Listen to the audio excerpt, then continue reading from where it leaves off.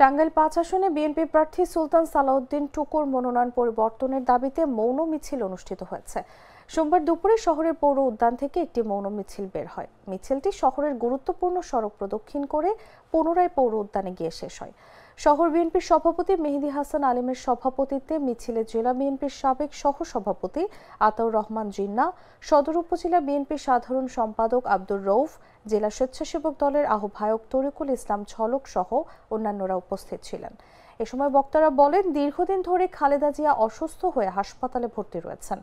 এ অবস্থায় একটি সিন্ডিকেট টাঙ্গাইল সদর আসন সহ বেশ কয়েকটি আসনের মনোনয়ন ঘোষণা করে। এ অবস্থায় মনোনয়ন ঘোষণা করা ঠিক হয়নি। সদরের জন্ম এমন কাউকে মনোনয়ন না দিয়ে অন্য উপজেলার জন্ম এমন ব্যক্তিকে মনোনয়ন দেয়া হয়েছে। ভারপ্রাপ্ত চেয়ারম্যান এবং কেন্দ্রীয় নেতৃবৃন্দের কাছে আমাদের আহ্বান থাকবে যে আমরা টাঙ্গাইল সদর ৫ আসনে আবারও আপনারা বিভিন্ন জরিপের মাধ্যমে এই আসনের টাঙ্গাইল সদরের থেকে যে কোনো মানুষকে আমরা দলীয় এমপি হিসাবে প্রার্থী চাচ্ছেন। দলীয় হাইকমান্ড জানেন, আমাদের দেশের নেত্রী বেগম খালেদা জিয়া তিনি খুব সংকটাপন্ন অবস্থা আছে, জীবন মৃত্যু সন্ধিক্ষণে। এই মুহূর্তে তখন আমরা ছিলাম সবাই মসজিদ মাদ্রাসা বিভিন্ন এলাকায় দোয়া মাহফিলে।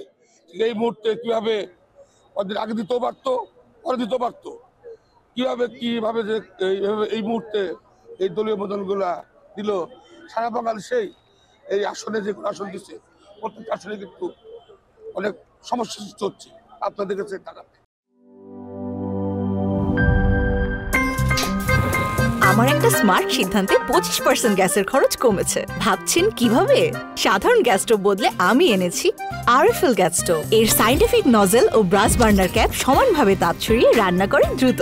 তাই গ্যাসও বাঁচায় 25%, টাকাও বাঁচে 25%। আরএফএল গ্যাস স্টোভ নিরাপদ ও গ্যাস সাশ্রয়ী।